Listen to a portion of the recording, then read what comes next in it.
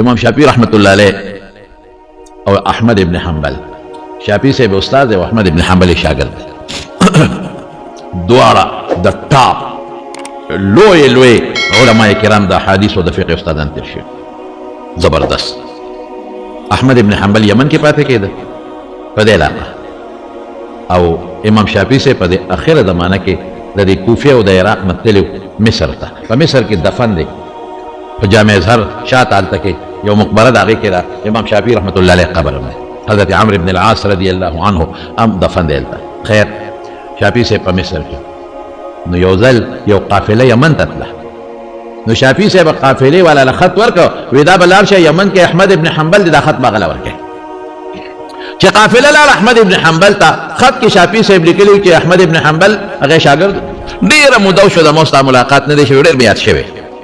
यो टेम राताओ खाए चे कम टेम तो पकड़ी और फारिग के दस्ता मुलाकात लदर्शो और उस्ताद दे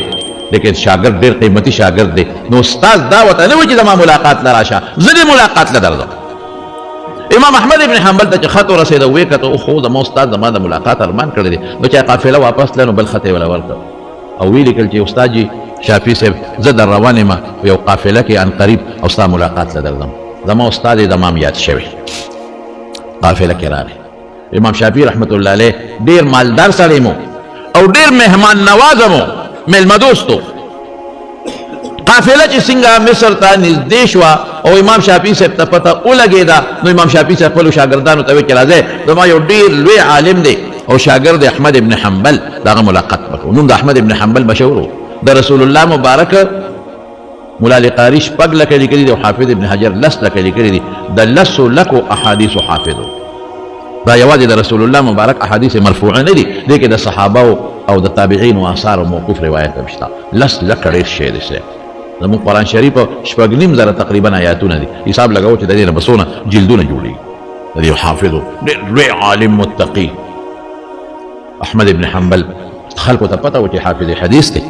और शाफी से भी सिफतों के शागिर्दान होता इस्तिकबालियत दुमर घटा जोड़ शो चलिए जलसा ते जोड़ शो तरदे हले पूरे तारीख लिखी जे कम बादशाही वक्त हो अगर तो इतलारा ले दुनिया बार तेरा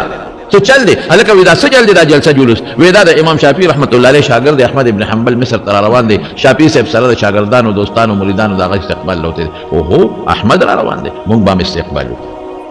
जमाना द इल्म वा जमाना द दीन वा जमाना रसूलुल्लाह मुबारक तनिस देवा दखल को बदल के द कुरान व द हदीस व द उलमा कदर प्रोतो बादशाह मुवद्दा मिस्र काफिला के राले इमाम अहमद इब्न हंबल देर लुई इज्जत जोड़ शो गट इस्तिकबाली हो शो बादशाह शाफी से तवई कि हजरत दे बदमा मेल मई शाही मेल मई इमाम शाफी से बतवे ना दमारा गुफ्त दे और दे बदमा मेल मई और तब हम जमा मेल में बेगाल रोड़े तैयार शो बराबर अहमद इब्न हंबल नास्ते अगर सरम खाम खास शागिर्दान लागली दोस्तान लागली और इमाम शाफी से सरम उलमा दी बादशाह वजीर नास्ते दरखान लगे मैं होता हुई शाफी से मेहमान नवाज हो और खुद जबरदस्त मेलमा दोस्त इंसान शाफी से देखवाना से अहमद इब्न हंबल महा मखनास्ते बादशाह वजीरानम दे में दस्तरखान रख दे रोटा शोरोश दे माशुबान व शाफी से दे बचो दे वड़ो सो खोरवा सो वखा सो ओबम पलोखो की अच्छी खल को तगर दे माशुबान खिदमत के रोड़ा शोरोश रोड़ा खलक खोरी टोल खल को रोड़ा ओ खोड़ा अहमद इब्न हंबल अक से लगिया दे रोड़ा खुली सारे पे कहता करे खुदा दे खल को कस्तासो ख्याली कना नो मेलमत नजरी अरसो मेलमत अकबर के मेलमत सो खोलल सिंगा खोला के को सचे वाखो तो खलक गुरी अहमद इब्न हंबल ता बादशाह वजीरान ओ बिया के खल को बस कर दे लगिया दे खुरी खलक हम हैरान हो के सड़े जो डरे रोज नार दे देखिए जब खल को बस करे टोल दस्तरखान और दो मग से लगिया दे और जर जर लगिया दे खुरी दा मसला इमाम शाफी मस्तर के कलक का तकई कलक और तकई खुदा मा खुदा भला सिफत करे दे ये पैगंबर दा हदीस हो शेख दे हाफिज दे और तुझे कम डोड़े खुरी खुदा खुदा हदीस खिलाफ तला गया डोड़े ओ खोले शवा दस्तरखानों उच्चत शो शाफी से पोर्ट तलर दिए बोते कोटे था शाफी से किसी कोर्ट था वरगे ना मशुमान जिना को अलुना वतला गया दे पुटीनी बाबा जी आगा अहमद इब्न हंबल कम यो वे बच्चे अच्छे माता मखामख नास्तो खुदा अहमद इब्न हंबल दे अगर हदीस हाफिज और कना बच्चे अगर ताच वेडेर मुत्तकी और परहेजगार दे दा अगर दे और कना बच्चे बाबा दा सिंगा मुत्तकी दा मुत्तकियान दा से डोड़े खुर दा हदीस हाफिज दोनों डेर डोड़े खुर د خو د حدیث او د سنتو خلاف ورزي وکړه پوره زمانه د رسول الله طرف ته نږدې وه صلی الله علیه وسلم. ماشومان دغه امام تا صفت کو دغه متقی دی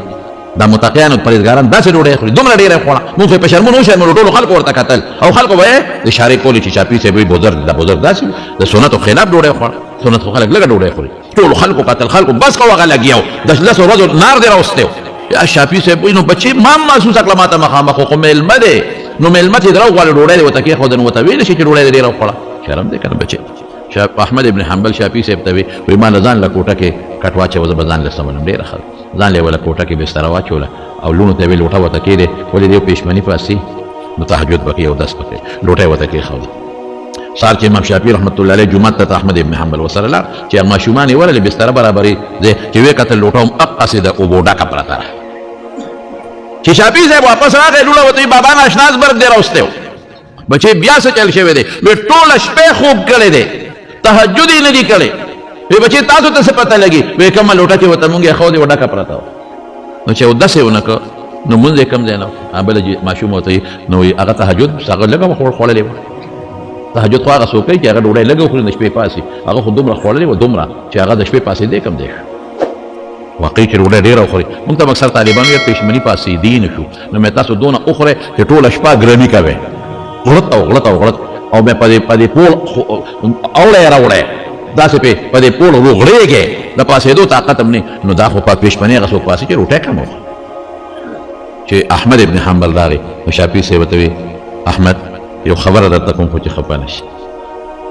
په دې بنیاد درته نه کوم چې زه په تا تنګ یم یا ستا په ډوډۍ تنګ یم زه خوشحاله یم خو تا دوه غلطۍ وکړې یو د بېګا د سنتو خلاف ډوډۍ خوړه زر در دې مو خوړه ډېره زیاته دې وخوړه ما ته ماشومانو جینکو پیغور راکړه خپل وروڼو او ما ته هغه خلکو اشارې راکړې چې دا زبرګ دی او بل دا دی چې بېګارې تهجد نه دي کړې لوټه اومقسې ډکه پرته وه احمد چې ما نه تلې دا حالت دی په څه بدل شو ته خو د قرآن او د حدیثو حافظ دی د کله نه بدل شوی دا در باندې څه چل شوی دی احمد ابن حنبل ورته استاد جي لږ وروسته ما ته موقع راکړه خبره بیا خبره کوه بېګا چې ستا ډوډۍ ته کېناستم زما دې په خدای قسم داسې حلاله ډوډۍ ما چېرته نه وه لیدلې ما ته په دې خپلو سترګو ښکارېدل چې ستا په ډوډۍ د اسمان د طرف نه برکتونه او رحمتونه ورېدل برکات وي دې ته کشف وایي حضرت امام ابو حنیفه رحمت الله علیه تاریخ وګورئ د ځانه خبرې به نه کوئ تاریخ وګورئ پته به راته ولري امام احمد نبی علیه السلام فرمایي چې دا اودس اوبس او په لاس اچوي او په مخ ابن ماجه وغیره نسائی کې احادیث دي مسلم کې او ترمذي کې نو د اندامونو نه دا ګناهونه لاندې د اوبو سره پرېوځي امام صاحب وایي مونږ ته په سترګو ښکاري هغه ګناهونه چې دا لاندې راوړي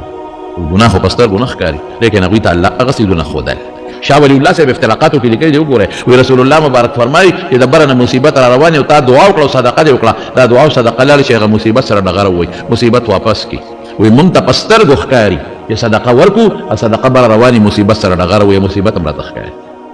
بهر کیف زمانو نیکانو ته چې دوشي کرامت ورته یو پیغمبر ته چې وشي ما اذا انزل من خزائن رحمت ربک ماذا انزل من الفتن حضور پاک ته به دا ښکارېدل بیا هغې ته معجزه وه ما برکات لیدل په دې ډوډۍ د پاسه چې باره نه راورېدل رحمتونه برېدل ما وی احمده داسې حلاله ډوډۍ دا به په دنیا کې نه مونې شبه خورا شبه چې څومره خورې شي خورا روجې به وروسته ونیسم د دې په بدل کې خو شبه حلاله ډوډۍ د ګورې بل ځای نه پیدا کېږي د دې ډېر برکات دي خورا خورا خورا نو ما ځکه بېګا ډوډۍ زیاته خوړلې ده صاحب حلاله برکتونه مې دي او امام شافعي صاحب وایي ستا دې ډوډۍ په ما کې دوه اثره پیدا کړل یو علمي یو عملي ګوره د حلالې ډوډۍ وی علمي اثر یې راکې دا پیدا کو چې بېګا مې قرآن او سنت ته حدیثو ته سوچ کو نو د یو یو آیت نه او د یو یو حدیث نه مې په شلګونو په سلګونو مسلې راویستې دا سره ډوډۍ برکت دې آیت نه دا مسله معلومېږي دا او عملي برکت یې راکې دا پیدا کو چې بېګا مې ټوله شپه علم او عمل دواړه کړي دي ما د ماسخوتن په اودس د سار مونځ کړی دی نو ستا لوټۍ له مې ځکه ګوتې نه دي وروړې حلاله کې ډېر برکت یې نه بس لن مثال به در کوم چې حرامه چې ګنده شی خوري نو وجود دې خرابوي چې ښه شی خوري نو وجود له فایده ورکوي دقه رنګې که حرامه خوري